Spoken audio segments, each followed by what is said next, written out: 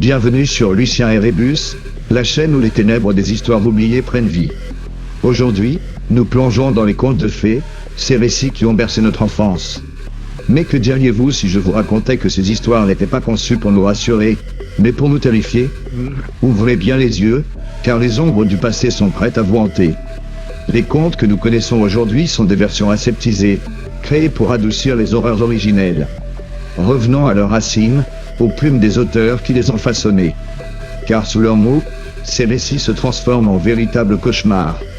Commençons avec Le Petit Chaperon Rouge, une histoire popularisée par Charles Perrault au XVIIe siècle. Oubliez le bûcheron sauveur. Dans la version de Perrault, il n'y a aucun espoir.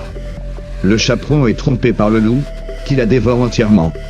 Mais ce n'est pas tout, le loup n'est pas seulement une bête affamée. Il incarne un homme prédateur, un monstre humain. La métaphore est glaçante, sous son charme se cache une menace fatale.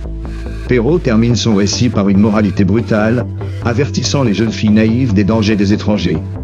Passons à Hansel et Gretel, popularisé par les frères Jacob et Wilhelm Grimm au XIXe siècle. L'histoire plonge dans les horreurs de la famine et de l'abandon. Imaginez deux enfants, seuls dans une forêt où chaque ombre semble prête à les dévorer.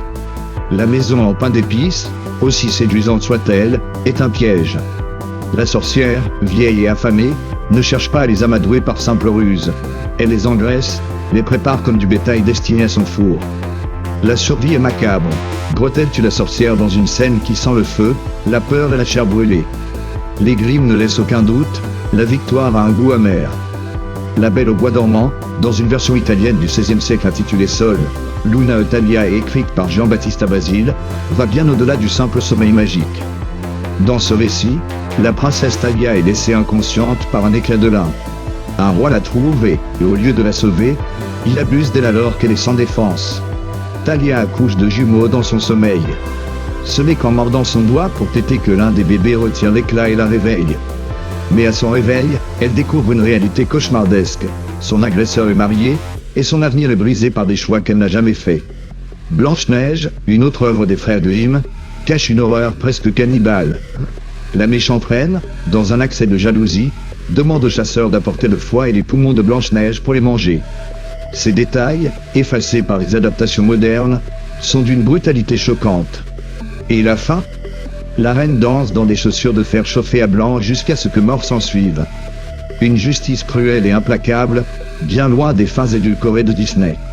Barbe Bleue, écrit par Charles Perrault, est sans doute l'un des contes les plus sinistres.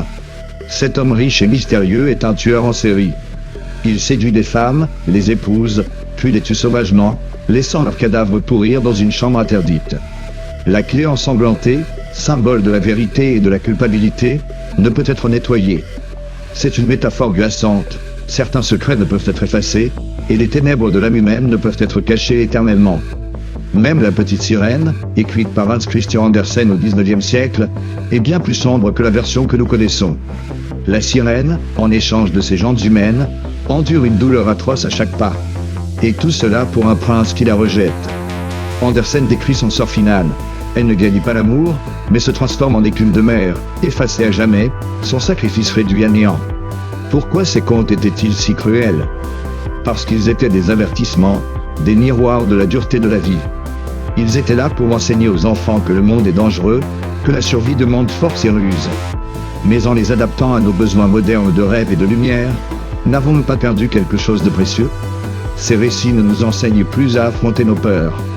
Et vous, que voyez-vous derrière les mots des contes de fées? Merci d'avoir exploré ces ténèbres avec Lucien et Rébus. N'oubliez pas de vous abonner pour plus de récits troublants et de vérités cachées. Et rappelez-vous, derrière chaque histoire douce, il y a une ombre prête à vous engloutir.